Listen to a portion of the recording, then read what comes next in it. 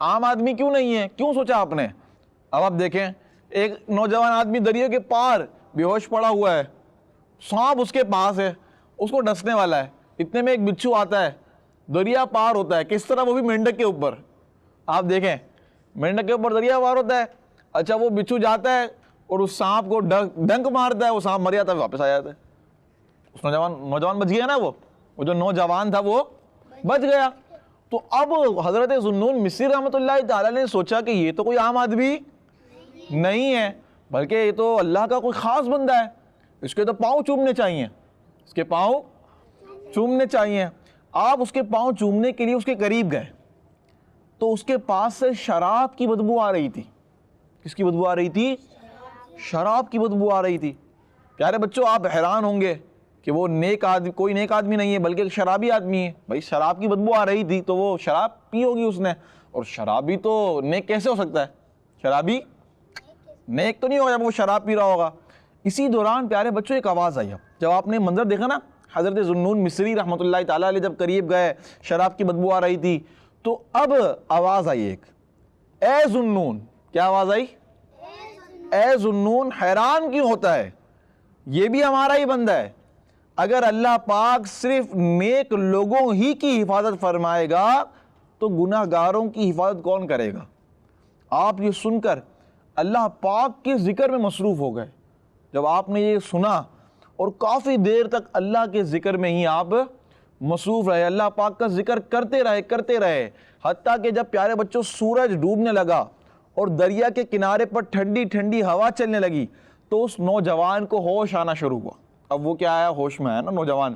پہلے بے ہوش پڑا ہوا تھا اور حضرت ذوالنون ذکر کر رہے تھے اللہ پاک کا.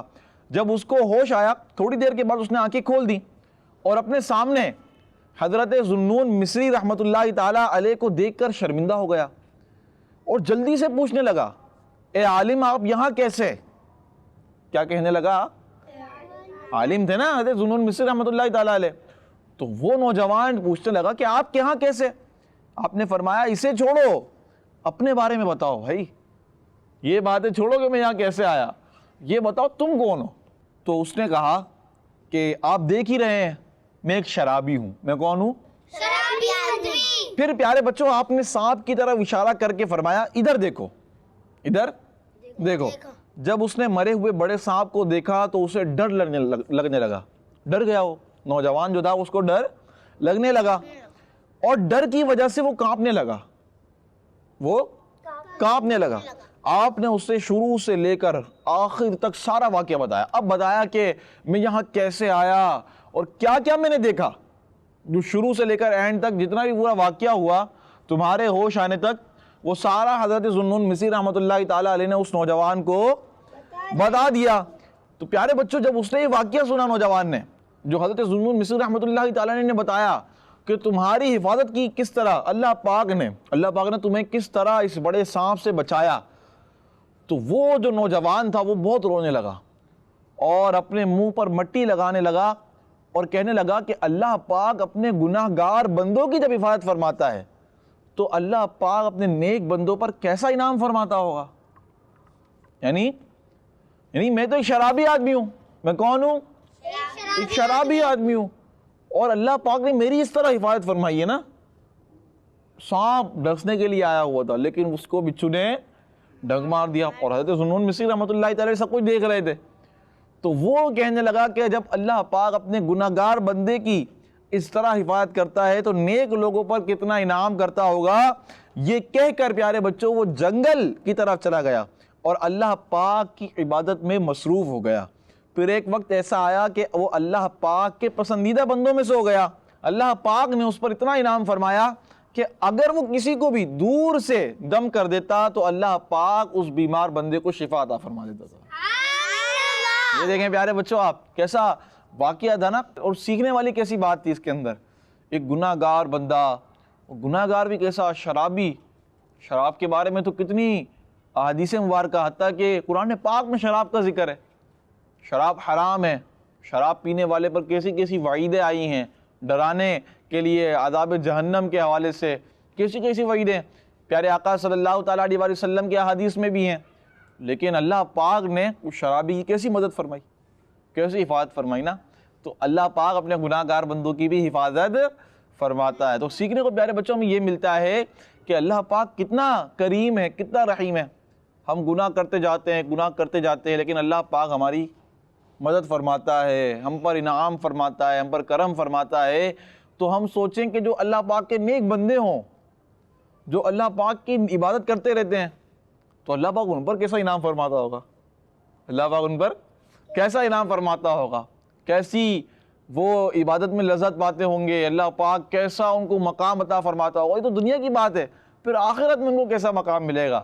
سبحان اللہ. تو پیارے بچوں آج سے ہم نیت کریں کہ انشاءاللہ ہم اللہ پاک کی عبادت والے کام کریں گے.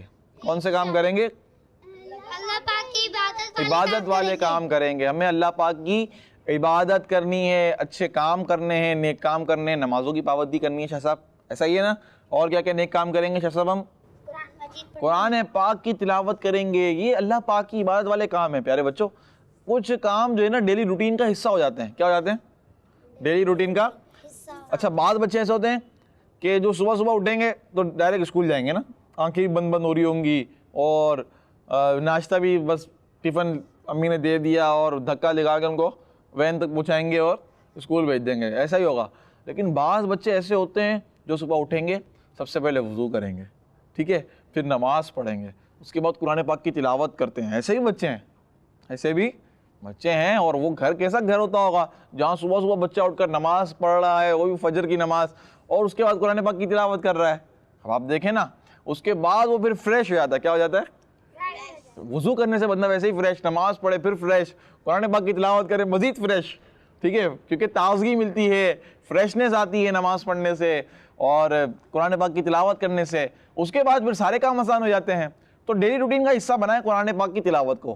ضروری نہیں کہ آپ صبح ہی کریں, لیکن نماز تو ہم نے پڑھنی ہے صبح, نماز فجر, تو آپ قرآن پاک کی تلاوت دن میں بھی کبھی کر سکتے ہیں. اسکول سے آنے کے بعد کریں, مدرسے جانے سے پہلے کریں, مدرسے سے آنے کے بعد کریں, عصر کی نماز کے بعد کریں, مغرب کی نماز کے بعد کر لیں, یا عشاء کی نماز کے بعد کر لیں.